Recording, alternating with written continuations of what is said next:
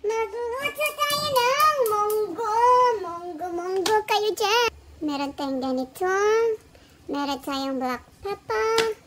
Meron tayong salt, of course. At dahil naka-LL tayo, yan ang ating ipalaman sa ating munggo. At ito yung nilaga nating munggo kagabi. We put our onion, garlic. Diba malalaki kasi alam niyo naman. Ayaw ko nang maggadgad ng garlic kasi yung amoy. Diba parang aswang lang ang feg. Diba ang tagal pa. Tigas. Ayan. Natin ang onion.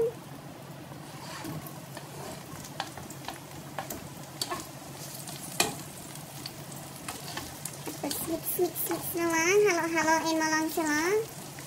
Ayan, nag-translucent na ang ating onion. Ilagay na natin ang ating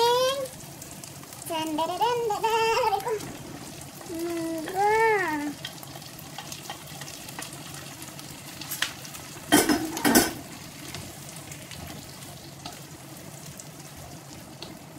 Kailangan natin simutin ang ng lagayan para may sabaw din yan. Maglagay ka na ng pangtimpla. Si XL. Mamimelt lang yan mamaya.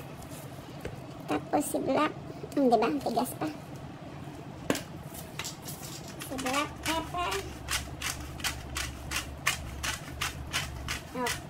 Ano to? Tansya-tansya according to your taste. Tapos salt.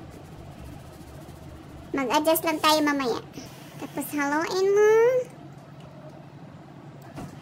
Tapos ilagay na natin to para kasi nga madali naman ito maluto.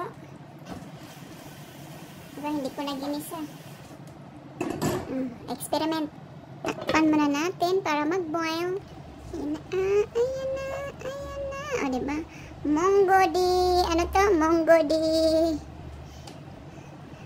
shrimp. Tapos ito yung partner ng aming munggo. Diba? Sana nagluluto na ng rice. Dahil wala naman akong spinach, ito lang spring onion. Pwede kayo maglagay kahit anong veg na gusto nyo. Pero ako, hindi naman ako umano ng veg. Kaya, ayan.